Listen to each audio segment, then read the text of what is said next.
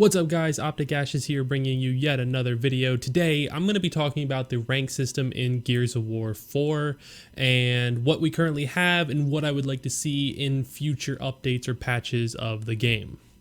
So currently we have 5 ranks in Gears of War 4 in the ranked competitive matches. Now the 2 game modes that you can get these ranks in are Escalation and Execution, but there are also the same ranks for social matches, so I'm not really quite sure how that's applied or if it's the same in both. I'm assuming that it is, since you do have to place 5 placement matches for both social and competitive. And I kind of would like to see a little bit more of a differentiation between social and competitive, but I do understand that they want to give the people who prefer playing the social game type something to play for. So that one can kind of go either way. It's not really an issue in any regard, just something that kind of surprised me when we saw the game come out. So the current ranks are as follows. We have Bronze, Silver, Gold, Onyx, and Diamond. These are the 5 ranks in order from lowest to highest, and each rank has 3 tiers. So Bronze 1, 2, 3, Silver 1, 2, 3, Gold 1, 2, 3, Onyx 1, 2, 3, and I so far haven't seen any 1, 2, 3s for Diamond. I've just seen Diamond ranked, so we'll see if by playing the game more that it changes at all. So what are the concerns with the current ranked? Well, first off, we don't really have a leaderboard system in game or anywhere that I've seen on the website. Now, I have heard rumors that this will be an added feature. I haven't really done too much research on whether or not the Coalition has confirmed or denied that this will be an added feature, but I feel like it is something that we really need in Gears of War. It gives more of a purpose for ranked games, right? You can go on the leaderboards, you can check to see where you compare to everyone else. We have it for social matches, so we know it's something that they can implement into ranked matches. It's just something that's not done yet.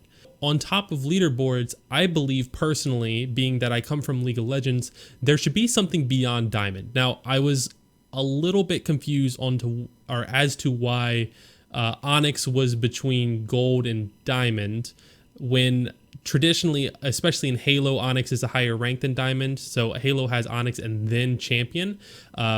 League of Legends, for example, has Master then Challenger, and in Gears of War lore, I believe the elite COG soldiers are called the Onyx Guard, though correct me if I'm wrong in the comments down below. But I'm believing that's what it is. So it was kind of surprising to see Onyx fall between Gold and Diamond, but if that's what we're going to do, I think there needs to be a rank above Diamond. Having 5 ranks is fine. Having 6 ranks is even better.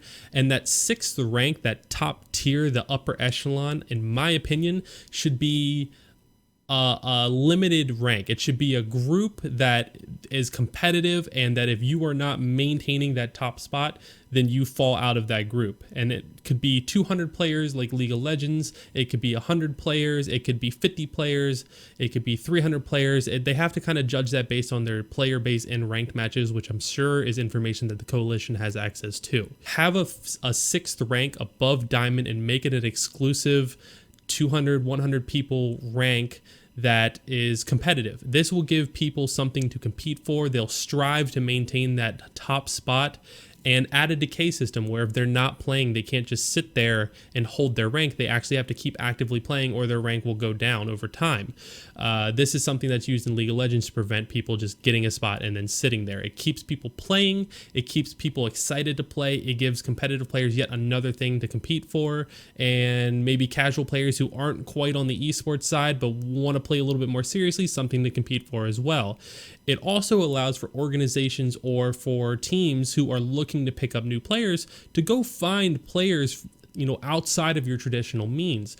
They don't have to go on Twitter and tweet out looking for a team or looking for a player or whatever. They don't have to go to their buddies and who they know. You might be able to find that undiscovered talent just by looking at who's in that top 200 upper echelon of Gears of War. So there's a lot of reasons why that could be very effective, and I think 2 really cool names could come straight from the lore itself to tie it back into Gears of War. So I spent some time on the Gears of War wiki, and I have found 2 different names that I think could make a really cool rank for Gears of War that's above Diamond. Now the first one is Premier, which according to the wiki was a title for the head of government in the Coalition of Ordered Governments and the Union of Independent Republics. So it's already used as a title for a very high up leader in the lore and the story of Gears of War. So that would kind of play into the high tier that is the top 200 or 100 rank of Gears of War ranked matches. The other name that I came across would be the Allfathers, which is also a kind of a tie back to the lore. The Allfathers were the heads of state of emulsion-rich nations that united under the Octus Canon and formed the Coalition of Ordered Governments during the fuel crisis predating the Pendulum Wars. Now, these are basically the greats of the greats, the founders of the Coalition of Gears, not the development studio that's made this wonderful game. So they could be applied to the rank system because the top 200 players are obviously the top of the top in terms of what that symbol means. So another thing that's a concern of mine since I've been playing the game for a while now, the matches don't seem to be going off of MMR rating. I've been in matches where I'm playing against unranked people. I've been in matches where I'm playing against Onyx people. I've been in matches where I'm playing against Diamond, Gold, Silver. I've been playing against everybody, and there seems to be no pattern to this whole ranking system. I think it's just trying to find matches, and I don't know what the current player base is, but now that the game is on full release and not just the October 7th early release, I think it's time to actually have the matchmaking rank you according to an MMR system. So if I am a gold player, which currently I am gold 2, another story I'll talk about later in the video, then I want to be matching up against people of equal skill. I want to be matching up against other gold 2 players, maybe some gold 1s for Phil or gold 3s for Phil, if it can't find me a full game of gold 2 players, which at this point, there's so many people that I see playing the game, we should be able to have that. It might change depending on the time of day. It's an issue that we see in League of Legends sometimes, but overall, it should be pretty close. I also would like to see a public explanation of how the ranks actually work. Now, as I just mentioned, I have a little bit of a story. I was gold 3. I played one night and won most of my matches. I lost one. I ended the night on a loss with the notorious gold glove controller smash video. That was my last match of that night. I log on to the next day and I have dropped from gold 3 to gold 1. Now, I don't know how that worked. I don't know why. I wasn't warned. There's no number for me to tell whether I'm going up or down. I just kind of have to judge based on my wins and losses and how well I'm doing in the games. And I dropped, and I thought it might be just a glitch, but today I was still gold 1 and I climbed up to gold 2 after winning a few games. So I'm assuming that it wasn't a glitch, but it's frustrating that there's no way for me to know what actually happened or why I got demoted. On top of that, I don't know what I have to do in game to actually earn rank. Is it based on purely my win or loss, or does my in-score or in-game scores and performance also count towards my rank? Because we have seen players who are pro players go 56-1 and hit Onyx 3 at max, and we've seen players go 32-0 or 32-1 and hit Diamond. So it doesn't really seem to quite have a pattern that I can recognize. So I'd like a little bit more clarity to understand what I'm working for, what do I have to do, what are the standards to help me get to those ranks that I'm trying to achieve. Another thing that I would like to see in future patches along with this 6th rank is an announcement of rewards for people of different ranks. Now, we see this in League of Legends. If you rank gold or higher, you get a certain skin, a unique skin for that season for a specific champion. And then if you are Master or Challenger, you get special bonuses, and you will also get icons and profile banners that match whatever rank you ended the season at. This is something that we could easily do in Gears of War 4. We could have character skins that match whatever rank we were. If we earned that Allfather rank, we could have Allfather skins. If we hit Diamond, we could have Diamond armor skins or Diamond armor guns or a diamond emblem or that says season 1 diamond or whatever. We could have things created to give people another incentive to work towards it. These are exclusive. They are not purchasable. You have to earn them. You have to be at that level of competitor, and it'll help differentiate in next season who the top 200 were. Have a very special reward for those people who earn that top 200 rank, Allfather, Premier, whatever you want to call it. So another thing I want to discuss is the issue where I will queue by myself and run into 5 people. I do not think that is currently appealing to most people, and it forces people to party up, which is a great thing. I love that people are partying up and playing the game. The issue is when I don't have people to play with, or I'm streaming, or I just want to play a game of escalation, my only option is to queue by myself or find 4 other people that want to play with me or that I can play with. And this doesn't always happen. I often solo queue by myself, which might be why I'm in gold 2, or I'm just bad, I don't know. But either way, I don't want to have to go against a full pro team or half of a pro team and their friends on the other team. This happened to me today on stream where I had 2 members of E6 and some of their friends, and it just wasn't even close of a game. This has happened in other games as well, and I feel like that if I queue by myself, I should be with all other people who queue by themselves, or maybe duo queue with one other person. If you have a full pre-made 5, you should get matched up against a full pre-made 5.